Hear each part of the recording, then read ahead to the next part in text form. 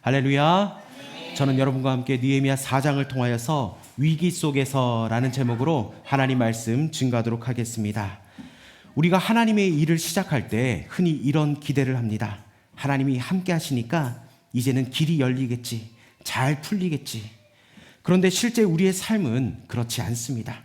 오히려 하나님의 일을 시작하면 이상하게 더 어려워지고 더 많은 방해가 찾아옵니다. 느헤미야가 그랬습니다.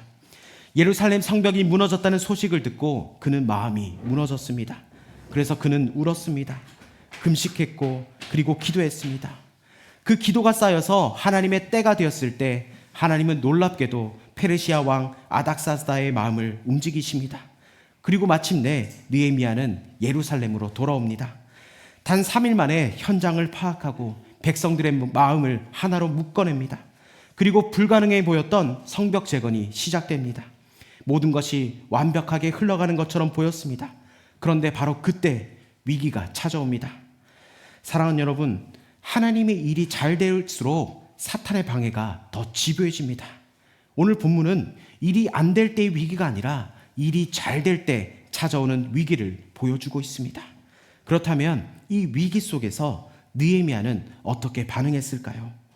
먼저 하나님의 일을 할 때는 반드시 따라오는 게 있는데 그것은 바로 반대라는 겁니다. 반대는 늘 존재한다는 겁니다. 우리 본문 1절에서 3절까지를 우리 다시 한번 읽어보도록 하겠습니다. 시작. 산발랏이 우리가 성을 건축한다 함을 듣고 크게 분노하여 유다 사람들을 비웃으며 자기 형제들과 사마리아 군대 앞에서 일러 말하되 이 미약한 유다 사람들이 하는 일이 무엇인가? 스스로 견고하게 하려는가? 제사를 드리려는가? 하루의 일을 마치려는가? 불탄 돌을 흙 무더기에서 다시 일으키려는가 하고 암몬 사람 도비아는 곁에 있다가 이르되 그들이 건축하는 돌 성벽은 여호가 올라가고 곧 무너지리라 하더라. 아멘. 그들은 느헤미야가 성벽을 재건하고 있다는 소식을 듣고 크게 분노했다고 합니다. 왜입니까? 예루살렘이 다시 세워지면 자신들의 영향력이 무너지기 때문입니다. 그래서 그들은 행동하기 전에 먼저 말로 공격하기 시작합니다. 그 공격의 특징은 무엇입니까? 바로 비웃음입니다. 조롱이고 무시입니다. 이 미약한 유다 사람들이 무슨 일을 하겠는가? 하루에 끝내겠다는 건가? 불탄 돌로 다시 성벽을 쌓겠다고? 그리고 도비아는 한마디를 더 보탭니다. 저 성벽은 여호 한 마리만 올라가도 무너질 거야. 이건 단순한 말이 아닙니다. 이거는 사기를 꺾는 영적 공격입니다. 사탄은 우리의 일을 직접 무너뜨리기 전에 먼저 우리의 마음을 무너뜨리려 한다는 겁니다. 너는 안 된다. 그건 불가능하다. 그거 해봐야 소용이 없다. 이런 생각이 들기 시작하면 이미 싸움은 시작된 겁니다. 그런데 중요한 사실이 있습니다. 이들의 비웃음은 사실 자신들의 두려움의 표현이었다는 겁니다. 겉으로는 비웃고 있지만 속으로는 두려워하고 있었습니다. 왜입니까? 바로 하나님이 일하고 계신다는 것을 그들은 느끼고 있었기 때문입니다. 그래서 더 크게 떠들고 더 과장되게 무시하고 있는 겁니다. 우리를 향한 비웃음과 조롱이 들릴 때 여러분 기억하십시오. 그것은 실패의 증거가 아니라 하나님이 일하고 계시다는 증거라는 것을 여러분 잊지 마십시오. 우리도 하나님의 일을 할 때 비웃음과 조롱이 들린다 할지라도 흔들리지 않고 하나님이 일하고 계심을 믿음으로 선포하며 나아갈 수 있는 저와 여러분 되길 원합니다. 두 번째로 위기 상황에서 우리가 해야 할 일은 피하는 것이 아니라 정면으로 맞서야 한다는 겁니다. 정면으로 맞서라. 우리 본문 4절과 5절을 우리 다시 한번 읽어보도록 하겠습니다. 시작.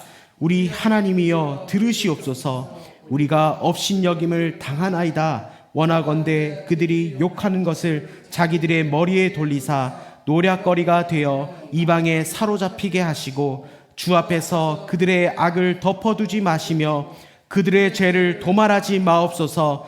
그들이 건축하는 자 앞에서 주를 노하시게 하였음이니이다 하고. 아멘. 느헤미야는 이 대적들의 조롱 앞에서 사람과 싸우지 않고 하나님께로 나아가고 있습니다. 우리 하나님이여 들으시옵소서. 여기서 중요한 표현이 있는데 우리 하나님입니다. 여러분, 느헤미야는 혼자 기도하지 않았습니다. 백성들을 모아놓고 함께 기도했습니다. 산발랏은 군대를 모아서 조롱했고 느헤미야는 백성들을 모아서 기도했다는 겁니다. 여러분, 느헤미야의 기도를 보면 굉장히 강렬합니다. 그들의 욕이 그들의 머리로 돌아가게 하옵소서. 그들의 죄를 덮어주지 마옵소서. 여러분, 이 기도는 개인 감정의 분출이 아닙니다. 바로 하나님의 영광을 위한 기도라는 겁니다.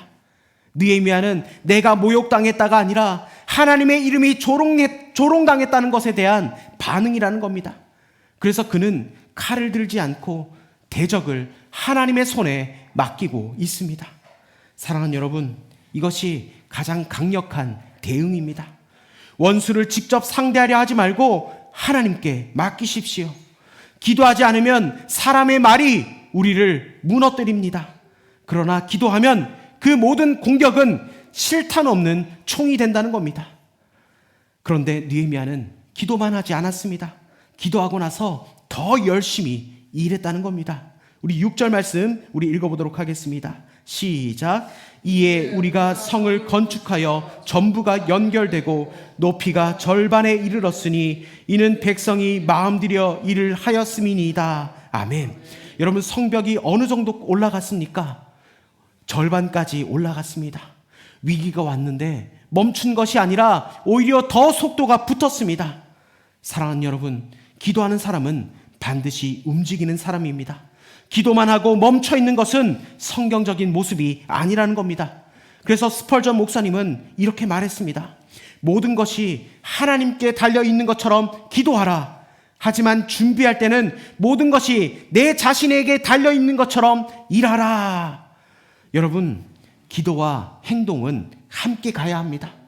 여러분, 흐르지 않는 물이 썩듯이 하나님의 사람이 자신의 몸을 움직여서 계속 하나님의 일을 하지 않으면 그의 신앙이 병이 들게 되어 있다는 겁니다. 여러분, 외부의 핍박이 심할수록 기도하면서 계속 하나님의 일을 해야지 낙심하여 손을 놓고 있다면 그것이야말로 사탄이 계획한 대로 된다는 겁니다. 여러분, 계속해서 하나님의 일하심을 보고 여러분 믿음으로 전진하며 나아갈 수 있는 저와 여러분 되길 원합니다. 그런데 상황이 더 심각해집니다. 사방에서 예루살렘을 포위하려고 합니다. 우리 7절과 8절을 읽어볼까요? 시작. 산발랏과 도비아와 아라비아 사람들과 암몬 사람들과 아스돗 사람들이 예루살렘 성이 중수되어 그 허물어진 틈이 메꾸어져 간다 함을 듣고 심히 분노하여 다 함께 꾀하기를 예루살렘으로 가서 치고 그곳을 요란하게 하자 하기로. 아멘. 이제는 조롱이 아니라 실제 공격을 준비하고 있습니다. 산발랏은 예루살렘을 사면에서 둘러싸고 있는 세력들과 순식간에 연합전선을 구축했습니다. 이것이 뜻대로 되면 사마리아 군이 북쪽에서 쳐들어오고 아스돗 사람들이 서쪽에서 오고 암몬 사람들이 동쪽에서 오고 아라비아인들이 남쪽으로부터 예루살렘을 포위합니다. 그런데 더 큰 문제는 외부가 아니라 내부에서 일어났다는 겁니다. 우리 본문 10절에서 12절까지를 우리 다시 한번 읽어봅시다. 시작. 유다 사람들은 이르기를 흙무더기가 아직도 많거늘 짐을 나르는 자의 힘이 다 빠졌으니 우리가 성을 건축하지 못하리라 하고, 우리의 원수들은 이르기를 그들이 알지 못하고 보지 못하는 사이에 우리가 그들 가운데 달려 들어가서 살육하여 역사를 그치게 하리라 하고, 그 원수들의 근처에 거주하는 유다 사람들도 그 각처에서 와서 10번이나 우리에게 말하기를 너희가 우리에게로 와야 하리라 하기로. 아멘. 여러분, 백성들 안에 낙심과 포기가 들어오기 시작합니다. 그래서 10절에 우리는 못하겠다. 여러분, 백성들의 마음속에 낙심과 포기가 들어오기 시작합니다. 그리고 또 가족들이 말합니다. 이제 그만하고 돌아와라. 거기는 위험하다. 사랑하는 여러분, 위기 상황에서 가장 무서운 것은 환경이 아니라 바로 마음이 무너지는 겁니다. 그때 느헤미야가 어떻게 합니까? 느헤미야는 포기하지 않았습니다. 도망치지 않았습니다. 정면으로 맞섰습니다. 그래서 백성들을 세우고 위험한 곳에 사람들을 배치하고 한 손에는 일, 한 손에는 무기를 들게 합니다. 그리고 말합니다. 우리를 위하여 싸우시는 하나님을 기억하라. 기도하면서 철저히 준비합니다. 여러분, 우리도 마찬가지입니다. 일이 힘든데 비판까지 들리면 우리의 마음이 흔들립니다. 꼭 내가 이걸 해야 되나? 이 길이 맞나? 여러분, 이 생각이 들기 시작하면 이미 싸움이 시작된 겁니다. 그러나 기억하십시오. 십자가는 실패와 연약함의 상징이었지만 가장 무기력한 십자가를 통해서 인류는 구원을 받았습니다. 그리고 하나님은 모세의 보잘것없는 지팡이로 이스라엘 백성들을 인도하게 하셨습니다. 여러분, 기드온은 겨우 항아리와 횃불과 나팔로 적군을 물리쳤습니다. 엘리야의 외투는 보잘것없었지만 요단강을 가르는 능력이 있었습니다. 여러분, 모두 보잘것없었지만 하나님의 손에 들려졌을 때 그것이 능력이 되었다는 겁니다. 여러분, 혹시 지금 위기 가운데 계십니까? 무너지고 계십니까? 그 자리에서 멈추지 마십시오. 반드시 기도하며 다시 일어나서 정면으로 돌파할 수 있길 주의 이름으로 축복합니다. 하나님이 함께 하시면 그 위기는 반드시 돌파의 통로가 될 줄 믿습니다. 위기 상황에서 가장 중요한 것은 무엇입니까? 환경입니까? 상황도 아닙니다. 어디를 바라보느냐입니다. 오늘 본문에서 주는 마지막 메시지는 위기 상황 속에서 하나님을 바라보라고 말씀하고 있습니다. 위기 상황 속에서 하나님만 바라보라. 우리 본문 13절과 14절을 우리 다시 한번 더 읽어보도록 하겠습니다. 시작. 내가 성벽 뒤에 낮고 넓은 곳에 백성이 그들의 종족을 따라 칼과 창과 활을 가지고 서 있게 하고 내가 돌아본 후에 일어나서 귀족들과 민장들과 남은 백성에게 말하기를 너희는 그들을 두려워하지 말고 지극히 크시고 두려우신 주를 기억하고 너희 형제와 자녀와 아내와 집을 위하여 싸우라 하였느니라. 아멘. 여러분, 느헤미야는 적이 물러갔다고 해서 방심하지 않았습니다. 언제 다시 공격해 올지 모르는 상황 속에서 백성들을 재정비하고 있습니다. 낮고 빈틈이 있는 곳에 사람을 세우고 가족 단위로 배치합니다.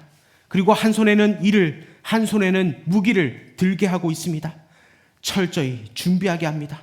그리고 가장 중요한 한 가지를 선포하고 있습니다. 두려워하지 말라. 지극히 크시고 두려우신 주를 기억하라. 여러분, 여기서 중요한 단어가 기억하라는 단어입니다. 이 말은 히브리어로 자카르라는 단어인데 이는 단순히 머리로 떠올리는 것이 아니라 삶으로 믿음을 붙드는 믿음의 행위라는 겁니다. 즉 하나님을 붙잡으라는 겁니다.